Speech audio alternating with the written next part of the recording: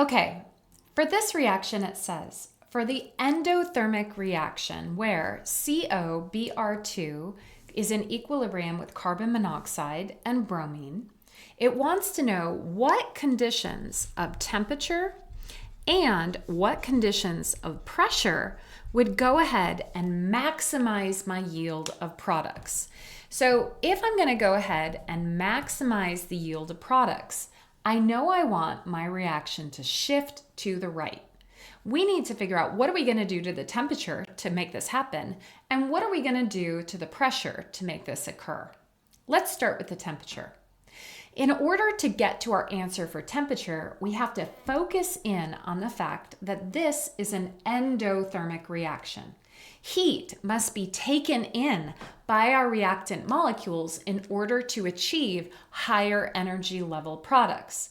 So whenever we have an endothermic reaction, we can write the word heat over on the left-hand side as if it's any other reactant molecule.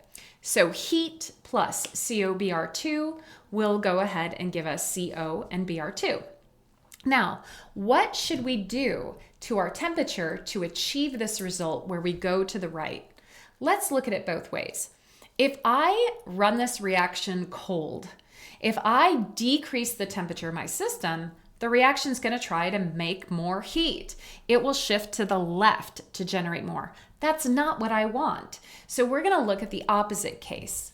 If instead we increase the temperature of our system, the reaction is going to try to take some of that heat away by shifting to the right and giving us more product. That is exactly what I want. So as far as temperature changes go, for an endothermic reaction, if you want more product, heat it up. All right, now let's go ahead and look at our pressure. In order to understand what's going on for our pressure, I like to look at what do I want the reaction to do? And then if I want the reaction to do that, how can I manipulate what can I do to the reaction to get that response? So I know I want the reaction to go to the right.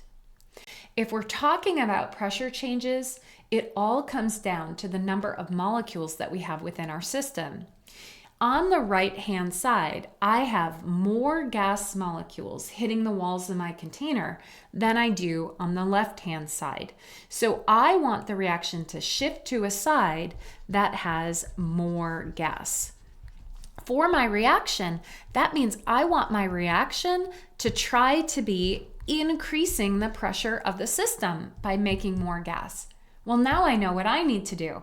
If I want the reaction to increase the pressure, I need to decrease the pressure of my system. So if you run this reaction under high temperatures and low pressures, you will maximize the yield of your product. I hope that helps. Take care.